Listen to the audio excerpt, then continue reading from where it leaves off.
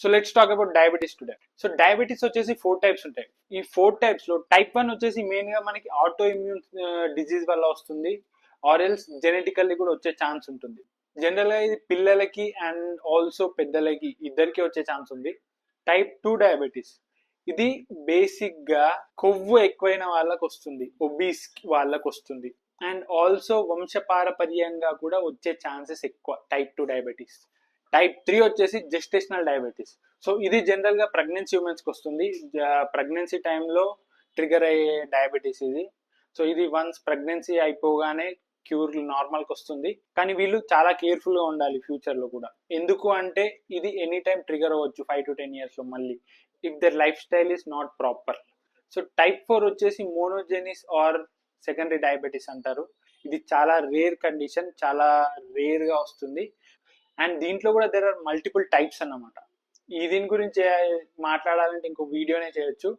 If you need డిఎంలో comment చేయండి, I will do a separate video. But ఈ video చేయడానికి గల మెయిన్ రీజన్ ఇవాళ ఏంటి అంటే type 2 diabetes.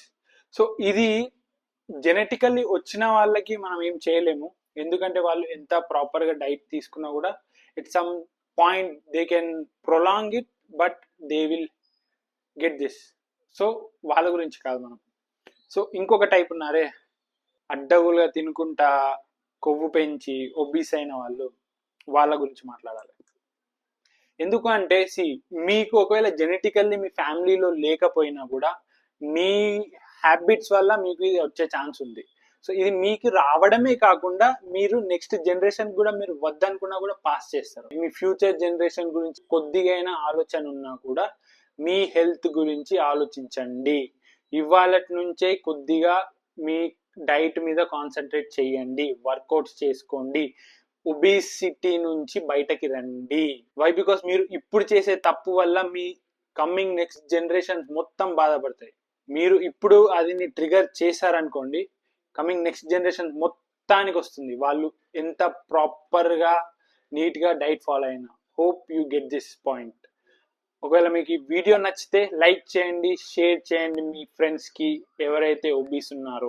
Don't neglect, obesity is not good, it is not body positivity.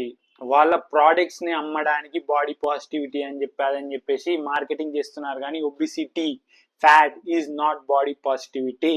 It is always a danger for you and for your future generation because of you. So take care. Thank you.